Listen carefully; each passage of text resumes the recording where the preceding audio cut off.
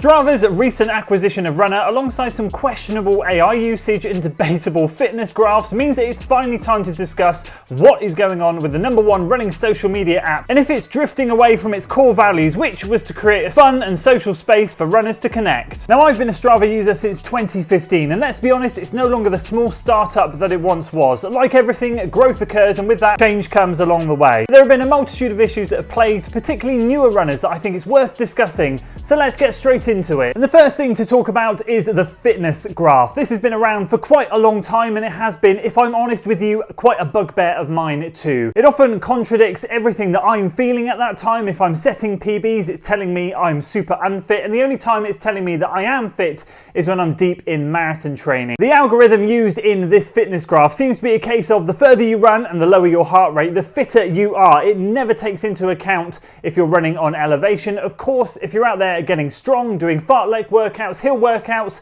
naturally your heart rate is going to be higher and your pace is going to be slower compared to if you were running on the flat. Now, whilst you are building that strong foundation, whilst you are building a bit of strength into your training, Strava seems to be visually penalising you by telling you your fitness is going down. And you can have a look at my fitness graph here. Right now, I've just set myself a brand new shiny 5k PB of 15:44. Yet Strava thinks I'm in one of the worst shapes I've been in over the last 2 years. Now, the reason I bring this up is I hear a lot of comments about this. People getting quite dejected about the fact that Strava's telling them they're not in good shape. And I think a lot of people rely on these fitness graphs, especially newer runners, to tell them how they're feeling. And I just want to urge each and every one of you, please ignore this particular fitness graph. I honestly don't think it's helpful to anyone. It does seem to be quite inaccurate. There are quite a few people out there that might find that it really does reflect how they're feeling, but then those are the potential people that are only ever running on the flat and don't tend to incorporate any type of different terrain into their training. That's a possibility, but either way,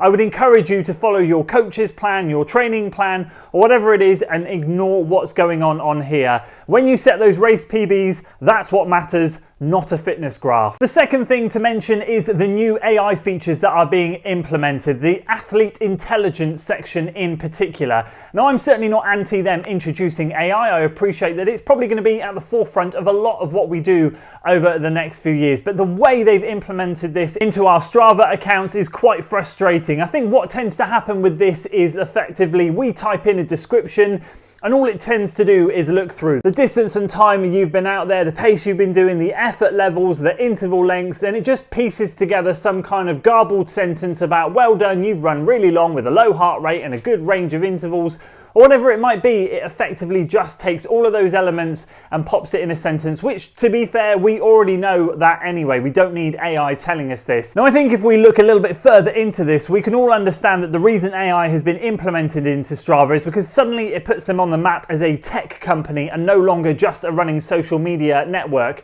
Now, from that perspective, suddenly the value of Strava absolutely rockets and they're a lot more valuable for people to invest into. So I understand, as I said, why they are introducing it, but the way they've done it so far is quite poor in my opinion. I'd love to hear your thoughts on this. Hopefully this athlete intelligence will be refined at some point, maybe removed, and we might see a better use of AI come in the future. The third thing is messaging. This is more of a personal thing. I'm sure a lot of you guys leave it on, but the second messaging got introduced into Strava, I believe it was last year or maybe the year before, I switched that feature off straight away. I literally loaded up Strava. I had 5 messages in my inbox before even realizing what had happened. So I instantly went into my settings and turned it off. Now, from my perspective, this is why it's personal. I tend to try and keep my line of communications open. I personally don't want another place to be replying to messages. I'm starting to struggle to keep up with the amount of comments on all of the social medias anyway. And I just found with Strava, it was just another thing that was overcomplicating what used to be such a simplistic platform. I'm sure a lot of you guys do use messages and that's fine. But again, it was just another feature that they were just opening up to becoming more of a social media platform rather than where we can go and just log our runs. The fourth thing is the new race predictor, and I've never seen something so crazy in all my life. Now, of course, again, we know and can probably see that what Strava are trying to do is bring everything in-house, so you literally just go in there and are able to get everything you want from their platform. So again, I understand why they are trying to implement this. I have been on multiple race predictor websites and apps. I personally like to use my Coros one. I have found that to be the most accurate, especially over the 5 and 10k distances. That has literally been within seconds of my recent 10k PB, and of course recently it was 1 second off what I ran for the 5K. Strava, however, seems to be quite a way off from producing some weird and wacky times, and I can only assume that this is potentially linked to that fitness graph that I mentioned in point 1. If it is, I can totally understand why it's producing the figures that it is. Some are ridiculously fast, some are a little bit slower, but ultimately they seem to be a way off what I'm expecting. Apparently right now, having just run a 15:44, I can run a 15:30, I can run a very, very low 32-minute 10K, which is absolutely absurd. And the other two distances I haven't even bothered to look at. Those were the two that I was interested in. Again, a feature that will be very beneficial, but just like the fitness graph, it really does need some refinement. And the fifth thing to talk about is the acquisition of Runna. Now, Strava already do have training plans if you're a premium subscription member, which I am, so I pay for my premium subscription. There are training plans in there. We don't know yet what the purpose of this acquisition is. We can only speculate, and I'm sure we'll find out within the next 12 to 24 months. My assumption is going to be some more advanced training plans within a premium level subscription. Probably not the subscription level that I'm paying for. I'm going to assume that there's going to be higher tiered packages that become available for you to get Runna plans integrated into your Strava, or there's going to be some kind of connection there that offers you guys that service as well. Again, I might be completely wrong. That's my prediction. I'd love to hear what your prediction for this is going to be, but there's going to be some kind of merge along the line. Something's going to happen, and I guess it's going to be a case of watching this space. Is it a good thing or a bad thing? Well, I think at the moment we're taking a look at how AI is being implemented into Strava and seeing, if I'm honest with you, it's really being used in a super basic way, and I kind of feel that way about running coaching apps anyway. I do strongly feel that having a coach is going to be much better because you can actually liaise with the person and tell them how you are getting on. Of course, with an app, it will just provide you with that weekly structure that you need, and there's not going to be anyone that you can really reach out to. So I've always been just a little bit hesitant of them. I'm not knocking them, but I do realize that human connection is not there, and it does worry me what's going to be coming in the future. And the sixth thing that I want to mention is local legends. This was the most baffling to me. Now,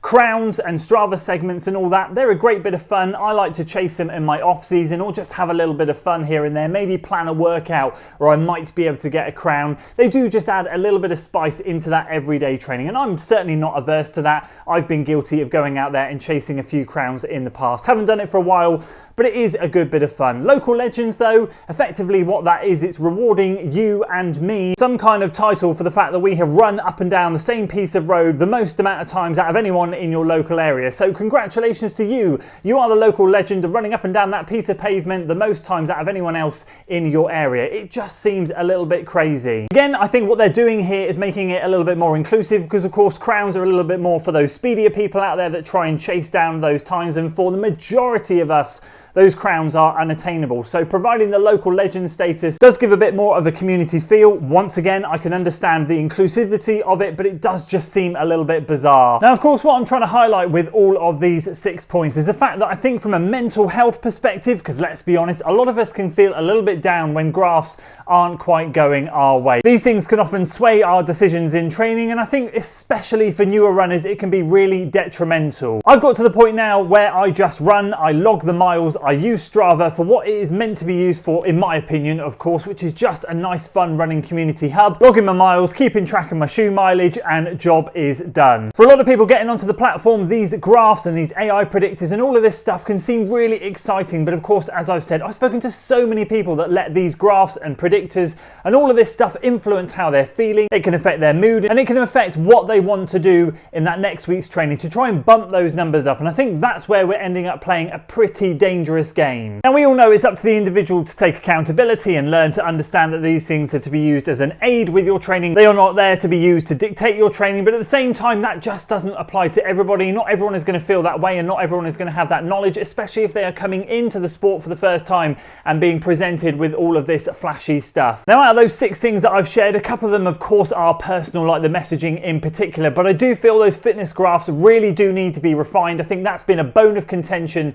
for so many people along the years, and I would love to hear what you think on this topic. There are, of course, lots of other areas that we haven't talked about, like the clubs and the groups and all that sort of stuff. I'm very lucky. I've got a great small coaching group that I get to use it for. I can go in there, check up on all my clients on a regular basis, and it makes it nice and easy for me. And so from that perspective, I feel like I can still use Strava to the best of my ability and for what I want to be able to use it for. But I do feel that there's so much more coming into the platform now, and with the future now paired up with Runna and of course AI coming into it more and more, I do wonder where this is going to head. And of course, a great thing to ask you guys would be, if there was one thing that Strava could do, what would you ask them to put into the app? From my perspective, as someone that likes to test a lot of shoes, being able to sort my shoes alphabetically would be amazing. We've got all these amazing things like dark modes, fitness graphs, race predictors, but we still cannot sort our shoes in alphabetical order or by mileage. It's just crazy. So there we go, we'll leave the discussion there. As I said, drop a comment below, let me know your thoughts on the social media platform. If you enjoyed this video, guys, make sure you check out this one up here. This is where I like to talk about where a lot of runners fall down if they don't implement low intensity training into their yearly cycle. And check out this video down here. This was my most recent race vlog where I did manage to snag that new 5K PB. And I'll see you guys over on one of those.